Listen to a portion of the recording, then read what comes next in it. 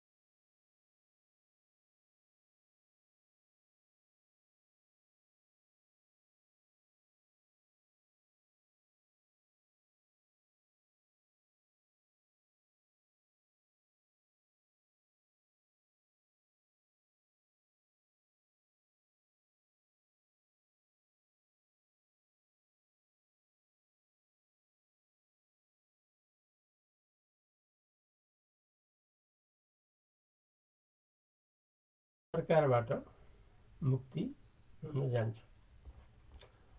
मुक्त भनेको हामीहरूको सबैको अमर स्वरूप हो, परिपूर्ण स्वरूप हो, आनन्दै आनन्दको स्वरूप हो, जसलाई प्राप्त गरेर सबैभन्दा पहिला यसको अनुभव गर्ने आफै हुन पुगिन्छ। यो सबैभन्दा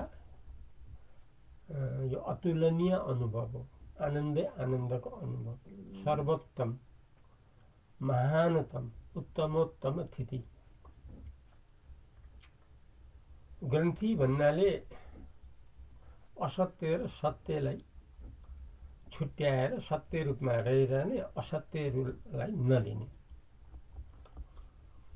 अब यो मनुष्य चोलामा मानिस भएर रहँदा संसारको स्थितिमा ग्रन्थी रूपमा रहेको छ। आफसे आफ ग्रन्थी रूपमा रहन गएको छ। त्यसै कारणले यो अज्ञान परम्परा, जन्म मृत्युको परम्परा, दुःख चिन्ता डरको परम्परा सधैँ रहिरह्यो, सधैँ रहिरह्यो। केले गर्दा भन्दा ग्रन्थीले गर्दा। ग्रन्थी अर्थात् असत्य र सत्य एउटै भएर रहेको नाम हो ग्रन्थी। सत्य चैतन्य हो, झुठो जड हो। जडलाई झुठो भनिन्छ किनकि जडले आफूलाई पनि जान्दैन, अरूलाई पनि जान्दैन। जड जस्तो ढुङ्गा, माटो, काठ, मरेको शरीर आदि इत्यादि जो छन्, यो जड कोटिमा आउँछ, जड रूपमा आउँछ। हुनाले अब यो जो छ संसार त शरीर प्राण रूपले रहिराखेको छ, इन्द्रिय मन बुद्धिले रहिराखेको छ। त्यसैले यसको परम्परा सधैँ रहिराख्यो। मर्ने, फेरि जिउने, फेरि मर्ने, फेरि जिउने, फेरि मर्ने, यस्तो क्रम प्रक्रिया परम्परा सधैँ चलिरहेको छ। यो ग्रन्थीको कारण यस्तो हुनु गयो। किनभने चैतन्य मात्रमा जन्म मृत्यु हुँदै हुँदैन, जड मात्रैको पनि जन्म मृत्यु हुँदै हुँदैन। यस्तो ढुङ्गा माटोले सन्तान उत्पन्न गर्न सक्दैन नि। र अर्कोतर्फ केवल आत्माले, केवल चैतन्यले पनि केही भिन्न उत्पन्न गर्न सक्दैन, किनभने त्यसमा आवश्यकतै छैन। चैतन्य भने त एक अद्वितीय परिपूर्ण वस्तु हो, सनातन हो, यहाँ दोस्रो वस्तु छँदै छैन। त्यसैले चैतन्य मात्रैले पनि यो ग्रन्थि रूप शरीर संसार हुनै सक्दैन। जड रूपले मात्रै पनि यो जो छ सृष्टि प्रक्रिया त्यो हुनै सक्दैन। अब यो दुईटाको मिलनबाट भएको हो। सत्य र असत्य दुईटाको मिलनबाट सृष्टि भएको, अर्थात् चैतन्य र जडको मिलनबाट सृष्टि भएको। जहाँ सृष्टि हुन्छ त्यहाँ प्रलय हुन्छ, फेरि जहाँ जन्म हुन्छ त्यहाँ मृत्यु हुन्छ। अब मृत्यु त कसैको पनि इष्ट होइन, मृत्यु त कसैलाई पनि मन पर्ने होइन, वियोग त कसैलाई मन पर्ने होइन। तर संयोग भएपछि वियोग हुन्छ, जन्म भएपछि मृत्यु हुन्छ, सृष्टि भएपछि प्रलय हुन्छ। अब यो जो प्रक्रिया छ, यो प्रक्रिया सत्य रूपमा पर्दैन, किनभने सत्यमा मृत्यु हुनु कलङ्क हो। सत्य सत्यमा मृत्यु हुनु, वियोग हुनु, प्रलय हुनु, नाश हुनु यो सुहाउँदैन सत्यतामा। त्यसैले एकमात्र सत्य हो चैतन्य वस्तु, परमात्मा वस्तु, आत्मा वस्तु, भगवान वस्तु, हामीहरूको असली स्वरूप। यो एउटै कुरा हो। आत्मा, परमात्मा, भगवान, चैतन्य, सत्य एउटै कुरा हो। त्यसैले सत्य रूपमा रहिरहनको लागि हामीले यो ग्रन्थीलाई अलग अलग गर्नै पर्ने हुन्छ। अर्थात् दुईटाको जो मिलन छ त्यसलाई अलग अलग गर्ने, चैतन्यलाई अलग, जडलाई अलग। यो सबैभन्दा सजिलो हो, किनभने चैतन्य भनेको आफूलाई पनि जान्ने, अरूलाई पनि जान्ने। जड भनेको आफूलाई पनि नजान्ने, अरूलाई पनि नजान्ने। यसरी छुट्याउनु पनि सजिलो भयो। जस्तो शरीरमा दुईटा हिस्सा छ, चैतन्य र जड हिस्सा। अब शरीरमा चैतन्य हिस्सालाई अलग गरेर जड हिस्सा मात्रै बाँकी राख्यो भने यो त शरीर अब मरेको बराबर हो। मरेको बराबरको शरीरले त केही गर्न सक्दैन, आफै चल्न पनि सक्दैन, चलाउन पनि सक्दैन, आफूले जान्न पनि सक्दैन, अरूलाई बताउन पनि सक्दैन। अब शरीरमा चैतन्य छ, त्यसैले चैतन्यको कारणले आफूलाई पनि बताउन सकिएको हुन्छ, अरूलाई पनि बताउन सकिएको हुन्छ। अब यो दुईटाको मिश्रणको नाम हो ग्रन्थि। अब हामी सत्य रूपमा, मुक्त रूपमा रहिरहनलाई चैतन्य र जडलाई अलग अलग जानेर चैतन्य हिस्सामा रहिराख्ने, जड हिस्सामा नरहने, जड हिस्सालाई सत्यता बुद्धि नगर्ने, चैतन्य हिस्सालाई सत्यता बुद्धि गर्ने, यस्तो निश्चयमा रहिरहने। यस्तो निश्चयमा रहिरहेपछि के हुन्छ भने हाम्रो स्थिति चैतन्यमा मात्रै रहिरहन्छ र हाम्रो सधैँ मुक्ति सम्भव हुन्छ। होइन भने त यो जो छ दुःख चिन्ता डरको परम्परा, मृत्युको परम्परा, यो त कहिले पनि नाश हुँदैन। त्यसैले हामीले नाश गर्न सक्छौँ, किन मृत्यु कसैको इष्ट होइन, दुःख चिन्ता डर कसैको इष्ट होइन। अब कसरी हामी सक्छौँ भन्दाखेरि सत्य वस्तुलाई लिएर, सत्य अर्थात् चैतन्यलाई लिएर।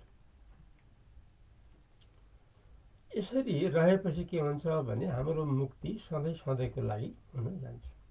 फेरि हामी बन्धनमा आउनु पर्दैन, फेरि दुःख चिन्ता डरमा आउनु पर्दैन, फेरि मृत्युमा आउनु पर्दैन। त्यसैले यसको समाधान गरेर स्थायी आनन्दको बाटो, स्थायी आनन्दलाई लिएर रहिरहन सक्नु हो मनुष्य जीवनको सबैभन्दा सफलता। त्यसैले हामी सबैभन्दा ठुलो जो सफलता हो त्यसतर्फ हामी लाग्नुपर्ने हुन्छ। त्यो प्रक्रिया हो ग्रन्थीलाई जानेर, अर्थात् चैतन्य र जडको मिश्रणलाई जानेर चैतन्य हिस्सालाई आफू आफ्नो भनेर लिइराख्ने, जड हिस्सालाई आफू आफ्नो वास्तव होइन भनेर नलिइराख्ने, अर्थात् मिथ्या रूपमा जानिरहने। यस्तो स्थितिले के हुन्छ भने हामीले अनि हरेक कुरामा हामीले अलग अलग गर्न सक्छौँ। जस्तो शरीरलाई गर्न सक्छौँ। अब शरीरलाई दुई भागमा छुट्याएपछि त चैतन्य हिस्सा जड हिस्सा आफू होइन भनेपछि त हाम्रो त चैतन्य अमर हिस्सालाई समात्यो नि हामीले। त्यस्तै अब प्राणमा पनि त्यही हो, चैतन्य र जड हिस्सा छ। चैतन्य हिस्सालाई हामीले लिएपछि हाम्रो अविनाशी स्तरमा हुनुभयो, अविनाशी खण्डमा हुनुभयो। अब जो जड हिस्सा छ, प्राण हिस्सा, त्यो चाहिँ नि नाशवानपट्टि हुनुभयो, मिथ्यापट्टि हुनुभयो। आखिर मिथ्या हो। त्यसैले हामी बेलैमा मिथ्या भन्न सक्यौँ, जान्यौँ भने हामीहरूले साक्षात् उपयोग गर्न सक्छौँ। त्यस्तै गरिकन अब इन्द्रियमा पनि दुई भाग छ, यहाँ चैतन्य र जड। यसलाई पनि अलग गर्ने, देखिने जति जड हो, दृश्य हो, कल्पित हो, जहाँ देख्नेवाला जो चैतन्य हो, अमर हो, परिपूर्ण हो, यसरी हामीले चैतन्य हिस्सालाई लिइरहन सक्ने हुन्छौँ। त्यस्तै गरिकन हामीले जो छ मन हिस्सालाई पनि, किनभने मन रूपी संसार जड हो, त्यसलाई जान्नेवाला जो चैतन्य हो त्यो हामीहरूको असली स्वरूप हो। यसै गरिकन हामी चाहिँ मनबाट हामी चाहिँ अलग्गै भएर शरीर संसार रहेको अवस्थामा पनि हामीले आफूलाई अलग्गै जानेर चैतन्य रूपले अनुभव गरेर रहिरहन सक्ने हुन्छौँ भने बुद्धिको अवस्थामा पनि, किनभने बुद्धि त यसमा पनि दुई हिस्सा मिलेर बसेको छ, जड र चैतन्य हिस्सा। अब जड हिस्सा जो दृश्य बुद्धि हो, त्योदेखि भिन्दै द्रष्टा चैतन्य आफू भनेपछि यसबाट पनि हामी बुद्धिरूप संसारको बेलामा पनि हामी अलग्गै चैतन्य रूपले रहिरहन सक्ने हुन्छौँ भने अन्तिम जो गढेर बसेको जो अहङ्कार हो, जो अहम हो, त्यो पनि के छ भन्दाखेरि यो अहङ्कार त अब शब्द रूपले रहिराखेको छ, विभिन्न जान्नु रूपले रहिरहेको छ।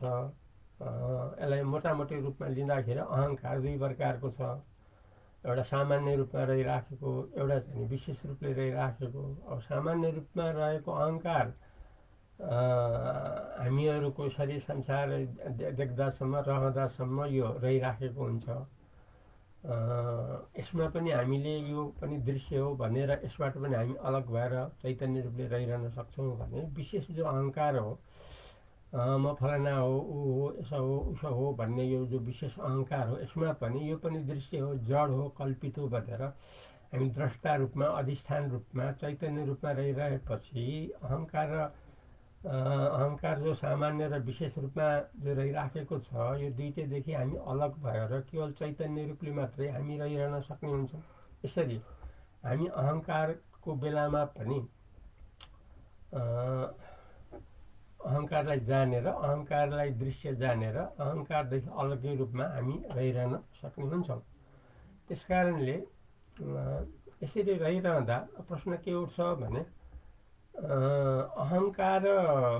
अहङ्कारदेखि अलग्गै म भन्ने पनि छुट्टै के सम्भव छ, के हुनु सम्भव छ? किनकि अब अहङ्कार त अब अहम रूपले, सामान्य रूपले, विशेष रूपले त सर्वत्र छाएको छ। हरेक अवस्थामा हामीहरू या सामान्य रूपमा होस् या विशेष रूपमा होस्, हामी त अहङ्कार रूपमा रहिरहेका हुन्छौँ भने शुद्ध म रूपले पनि यस्तोमा रहिरहनु के सम्भव हुन्छ भन्ने सन्दर्भमा वेदान्तले, उपनिषद्ले कसरी हामीलाई उत्तर दिएको छ भने अहङ्कारको अवस्थामा पनि अर्थात् सामान्य विशेष अहङ्कारको अवस्थामा पनि शुद्ध म हर हालतमा रहिराखेको हुन्छ भनिकन हामीलाई सुतेर उठ्दाखेरि भर्खर जाएको अवस्थालाई हामीलाई त्यहाँनिर पुर्याएको छ, त्यहाँनिर विचार गर्नलाई हामीलाई देखाएको छ।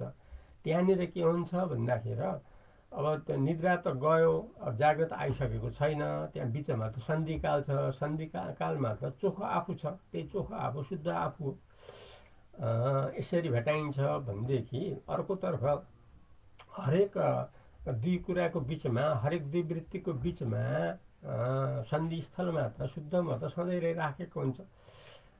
र अर्को कुरा निद्रामा पनि शुद्धमा रहिराखेको कसरी हामीले चाहिँ प्रमाण पाउन सक्छौँ भने निदाए पनि निदाउँदा म केही पनि थाहा पाइनँ भन्ने कुरालाई जनाइएको हुन्छ उठेपछि, भनेपछि त्यहाँ आफू भएर यो जनाउन सकियो। त्यसैले शुद्धमा त्यति बेला पनि रहेछ त भन्न उठेर भन्न सकियो। त्यसैले शुद्धमा जहिले पनि रहिराखेको अवस्था हुन्छ। यसैले यस्तो जो शुद्ध आफू हो यसलाई चाहिँ नि लिइरहेपछि हाम्रो मुक्तिको मार्ग चैतन्य रूपले स्थिति सधैँको लागि सम्भव हुन्छ। आजलाई यति नै गरौँ, भोलि नयाँ प्रसङ्गबाट आउँछु। तबसम्म अद्वैत प्रतिलाई बिदा दिनुहोस्। नमस्कार।